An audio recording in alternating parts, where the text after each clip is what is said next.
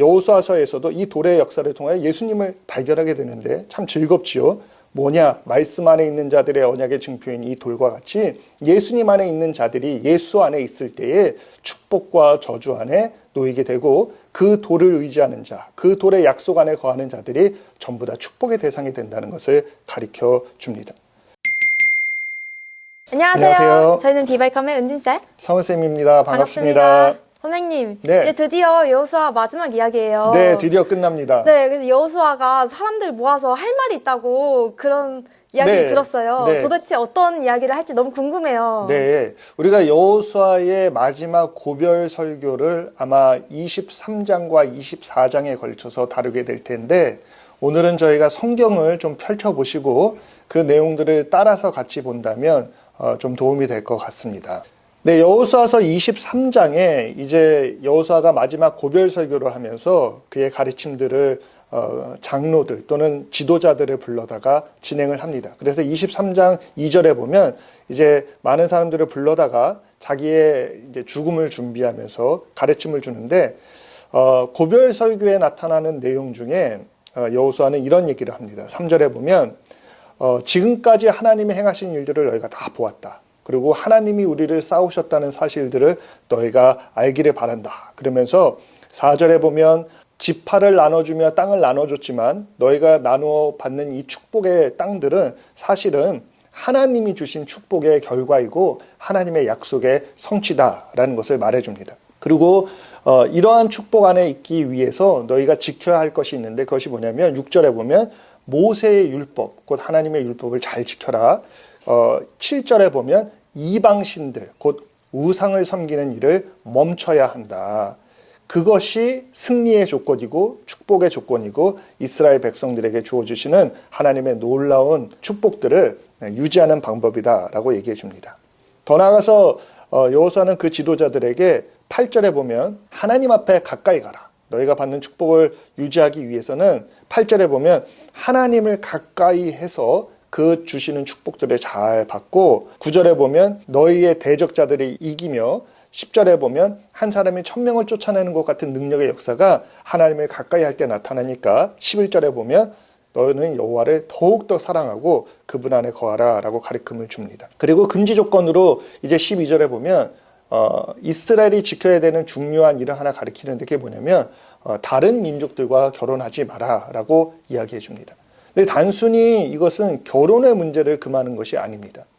이것은 더 나아가서는 종교적 혼합을 방지하기 위한 가르침이고 이것이 13절에 보면 올무가 돼서 이스라엘이 하나님 앞에서 떠나게 될까봐 이방신들을 섬기는 자가 될까봐 그래서 하나님의 심판이 14절에 보면 그들에게도 임하게 될까봐 14, 15절에 걸쳐서 너희는 하나님만을 섬기는 자가 되라 라고 가르칩니다. 그리고 16절에 들어가게 되면 이제 다시 한번 강조하면서 멸망을 막기 위하여 하나님의 축복을 유지하기 위하여 우상을 제하고 하나님만을 섬기는 자가 되라 라고 23장에 걸친 지도자들을 향한 설교가 마칩니다.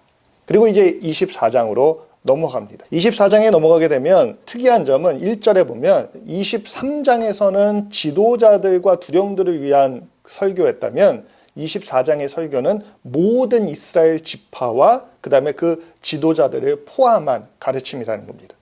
그래서 2절에 보면 야 너희들 기억하느냐 아브라함 때에도 하나님이 아브라함을 인도하여 내셨고 부르셨고 그를 축복하셨다. 그런데 어디서부터 부르셨느냐 2절의 마지막에 보면 다른 신들을 섬기는 삶의 영역에서 하나님이 아브라함과 그의 아버지 데라를 부르셨다라고 이야기를 합니다. 그래서 그 부르심의 목적을 3절에는 뭐라고 얘기합니까?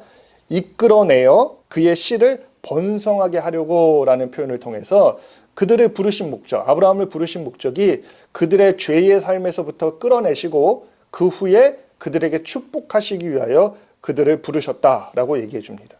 그리고 4절과 5절에 볼 것 같으면 이제 이스라엘 백성들이 부름받은 이후에 애굽으로 가서 고난을 당할 때에도 하나님이 다시 한번 애굽에서 이스라엘 백성들을 부르셨고 이스라엘 그 관련된 모든 구원의 역사를 이루기 위하여서 그 애굽에 재앙을 내리시고 그들을 다시 인도하여 내어서 하나님의 구원의 역사를 이루셨다. 그리고 홍해를 건너서 6절 후반전에 나타나는 구원의 역사와 그 다음에 애굽의 마병들을 깨뜨리시고 승리케 하시는 하나님의 역사들을 보여줍니다. 그런데 여기 볼 것 같으면 그들이 고난 중에서 애굽의 마병들을 쫓아올 때에 그들을 구원하시는 과정의 7절에 뭐라고 나오느냐, 백성들이 여호와께 부르짖기로 하나님께서 역사하셨다라고 되어 있습니다. 우리가 우리의 삶의 그 큰 부분 중에 하나님이 먼저 그의 백성들을 부르십니다. 그리고 축복하십니다. 그리고 구원하십니다. 그리고 고난의 역사가 일어날 때 하나님의 백성들에게 뭘 기다리시느냐?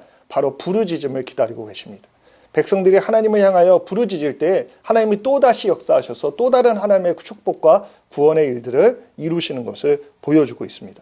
그리고 이제 이스라엘을 넘어 홍해를 건너고 가나안 땅을 향해서 요단을 건넌 이후에 여러 민족들을 하나님이 다시 승리케 하심을 통해서 승리해 나가는 이스라엘 역사들을 8절에 보여줍니다. 그리고 9절에 여호수아가 뭐라 그러느냐, 너희들이 이런 승리를 이룰 때에 하나님이 저주하는 발람의 저주를 축복으로 바꾸셨던 사건들을 기억해라 라고 가르쳐 줍니다.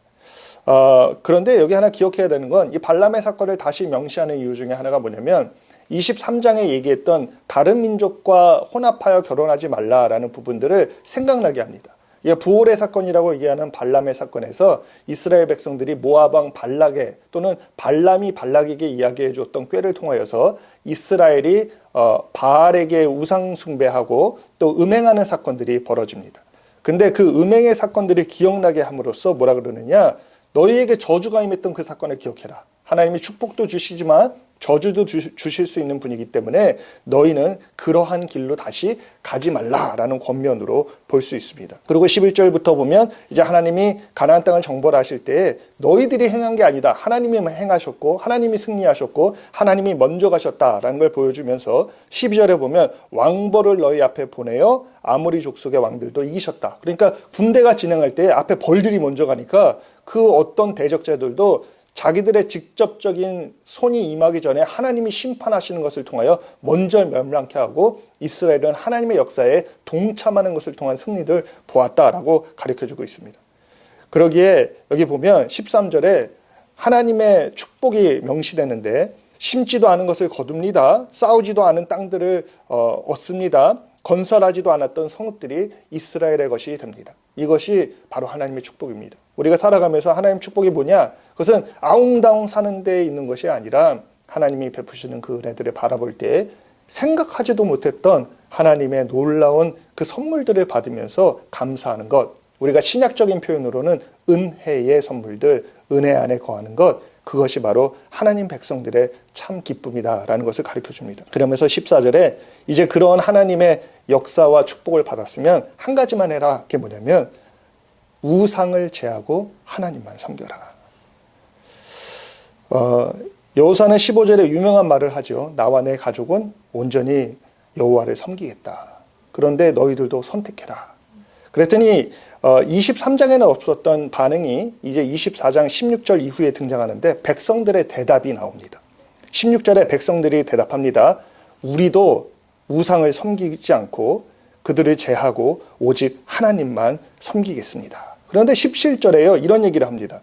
우리 하나님 여호와께서 친히 우리와 우리 조상들을 인도하여 애굽 땅 종 되었던 집에서 올라오게 하시고, 그러니까 자기들이 인정하는 겁니다. 신앙을 고백하는 겁니다. 우리 선조들에게 행하셨던 일들이 우리 안에 일어났다는 것을 체험적으로 우리도 압니다. 라고 얘기하면서 그 다음에 우리 목전에서 우리들도 보았습니다. 우리들도 체험했습니다. 그 큰 이적들을 행하시고 우리가 행한 모든 길과 우리가 지나온 모든 백성들 중에서 우리를 보호하셨습니다. 이 17절의 고백이 너무나 중요합니다. 왜냐하면 이들에게 있어서도 하나님의 역사는 그냥 들음으로 끝난 게 아니라 체험적인 영역이고 그들이 보았으며 느꼈으며 이제는 신뢰하는 하나님과의 관계를 설명하고 있습니다. 그러기에 18절에 보면 여호수아의 집안이 하나님만 섬기겠다고 얘기한 것처럼 이제 이스라엘 백성들도 한 목소리로 우리가 여호와만을, 하나님만을 섬기겠습니다. 그분만이 우리 하나님이십니다. 라고 고백합니다.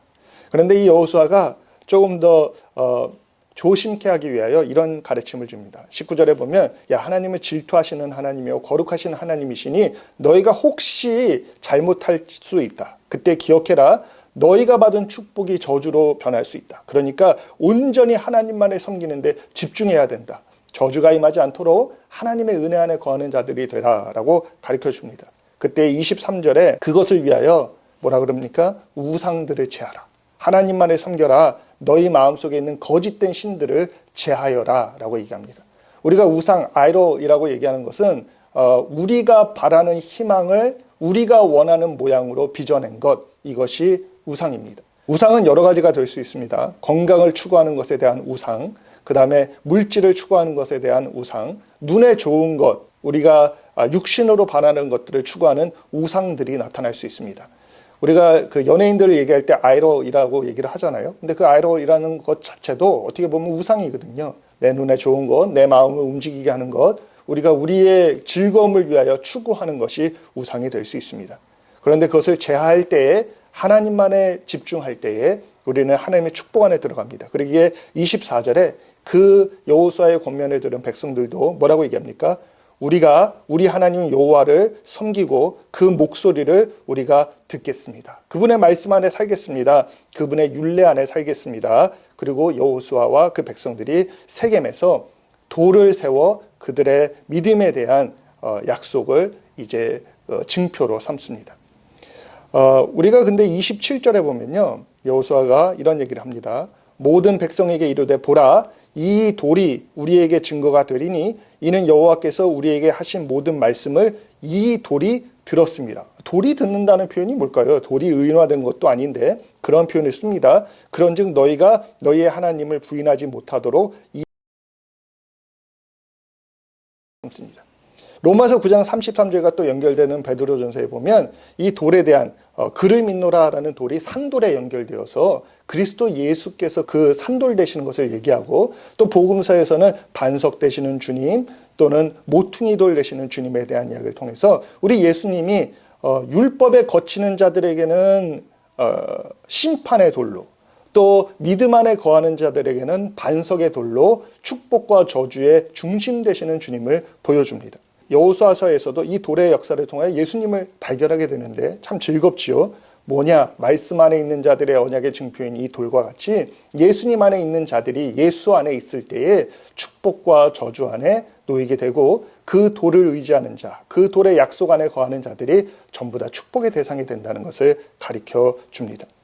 그리고 이 기쁜 말씀 이후에 이스라엘 백성들이 모두 자기의 기업으로 돌아가고 29절에 보면 여호수아가 이제 110세에 죽는다라는 표현이 나옵니다. 그런데 31절에 보면 여호수아가 죽은 이후에 단순히 믿음이 단절된 것이 아니라 이스라엘의 장로들이 살아있는 동안, 그러니까 그 복음의 메시지를 쉐어했던 그 믿음의 공동체가 마지막까지 살아있을 때까지는 하나님의 말씀대로 하나님만을 섬기는 백성이었다라고 이 모든 고별 설교가 끝납니다. 기억할 것은 이 여호수아서가 끝난 이후에 어디로 갑니까? 사사기서. 자기들의 눈에 좋은 대로 행하였더라라는 사사기로 연결이 되는데, 이 사사기로의 연결의 그 끝은 하나님을 아는 자들은 끝까지 하나님을 섬겼더라, 그리고 하나님을 모르는 자들이 나오더라라는 것입니다. 오늘 저희는 여호수아서 24장을 통하여 전반적으로 내용이 너무 길기 때문에 그나마 성경 안에서 짧게 요약을 했지만, 더 궁금한 것들이 있는 분들은 23장과 24장을 더 자세히 읽으셔서 그 안에서 더 많은 은혜를 받으실 수 있기를 주의 이름으로 축원합니다. 네, 여러분도 정말 이 마지막 세대 때를 살아가고 있잖아요. 정말 많은 공격과 많은 유혹과 이런 믿음을 흔들리는 많은 장애물이 있는데, 우리 예수님이 우리의 반석이시고 그 반석이신 예수님을 우리가 끝까지 놓치지 않고 함께 믿으며 나아갔으면 좋겠어요. 네, 아멘. 그런 세대가 되길 기도합니다. 감사합니다. 감사합니다.